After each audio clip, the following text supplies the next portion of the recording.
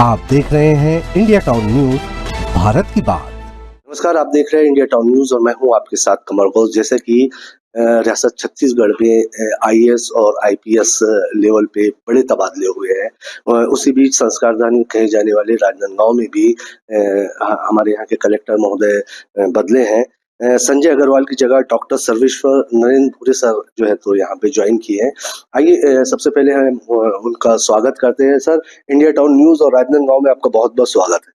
Thank you so much सभी को मेरा नमस्कार जी। सर, सबसे पहले तो हम ये जानना चाहेंगे कि तबादले तो एक रूटीन का वो होता है सरकार का, लेकिन एक जगह से जब दूसरी जगह हम ट्रांसफर करते हैं, दूसरी जगह जाते हैं, तो एक नए नए चैलेंज सामने आते हैं। किस तरह के चैलेंज सामने होते हैं और कैसे उनका सामना किया जाता है? छत्तीसगढ़ राज्य में छत्तीसगढ़ राज्य में जितने जिले हैं, हर जिले के कुछ यूनिक फीचर्स है और हर जिले में जो इश्यूज है वो अलग है। भले ही हम लोगों के जिले जो है बगल बगल में होंगे, लेकिन परिवेश हर जिलों का अलग अलग मायने रखता है। तो मैंने इसके पूर्व भी प्रदेश के कुछ जिलों में काम किया है, पर राजनांदगांव ये मेरे लिए पहला और अच्छा अनुभव रहेगा। इसमें मैं बताना चाहूंगा कि जो विभिन्न प्रकार के विषय है, उसको हम लोग प्राथमिकता पे लेके और सभी लोगों से बात करके, चर्चा करके, नागरिकों से चर्चा करके एक अच्छा कार्यकाल रहे, यही मेरी अपेक्षा रहे। जी, सबसे बड़ी समस्या सर अगर हम देखें, अभी पत्रकारों से आपकी बाकी बात भी हुई कि जो ट्रैफिक की जो समस्या है खासतौर से, और पार्किंग की जो समस्या है, एक बड़ी समस्या है। और साथ ही साथ यहाँ पे जो है सर मवेशियों की तादाद ज्यादा होने की वजह से मवेशियों की वजह से भी ट्रैफिक की समस्या बढ़ जाती है। ऐसे में इनसे कैसे निपटा जाएगा? अभी हम लोग पहले कुछ दिन तो सभी बिंदुओं को ही हम लोग एकत्रित कर रहे हैं, ताकि क्या विषय है जिले में हम इसको समझ सके कि तो ग्रामीण परिवेश भी है, शहर भी है, तो दोनों क्षेत्रों के अलग अलग अपेक्षाएं हैं। जो आपने कहा स्ट्रे एनिमल्स के बारे में या फिर पार्किंग के विषयों के बारे में, तो डेफिनेटली हम लोग पूर्व जो अनुभव रहा है मेरा, उसका फायदा लेते हुए हम लोग पुलिस प्रशासन के साथ मिलकर कार्य योजना बनाएंगे, ताकि शहर में एक बेहतर व्यवस्था हम लोग दे पाए।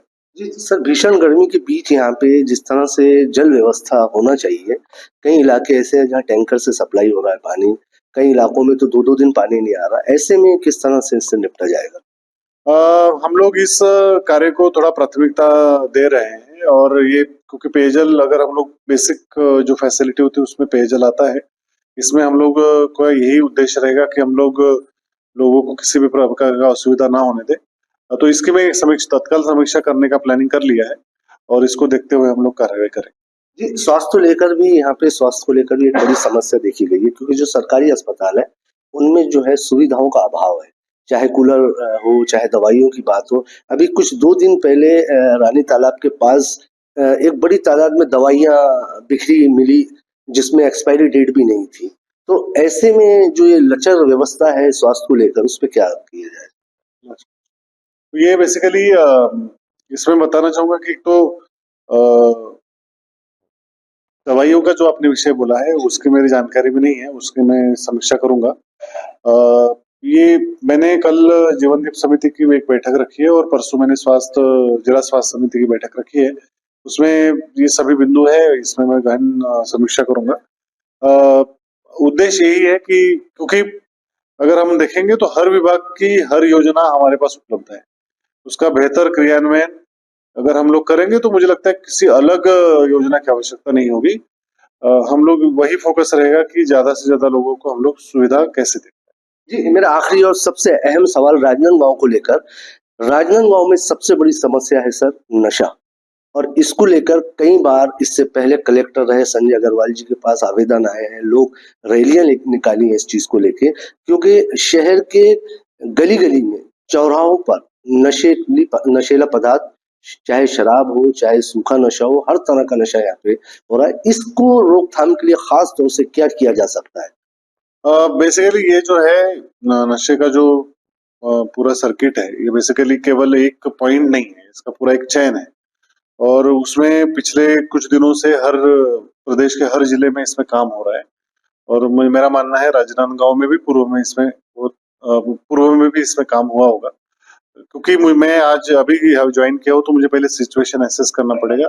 और पर ये सरकार का प्राथमिकता है तो डेफिनेटली ये मेरा भी प्राथमिकता है। हम लोग इसमें भिड़ के काम। जी, ये थे राजनांदगांव के नए कलेक्टर हमारे डॉक्टर सर्वेश्वर नरेंद्र गुरे जी, जिन्होंने जो भी राजनांदगांव की समस्याएं हैं उन पर बाखूबी जवाब दिया और इनका हल निकालने की बात कही। कैमरामैन अवधेश के साथ Kamar Ghosh, India town news, Rajnandgaon.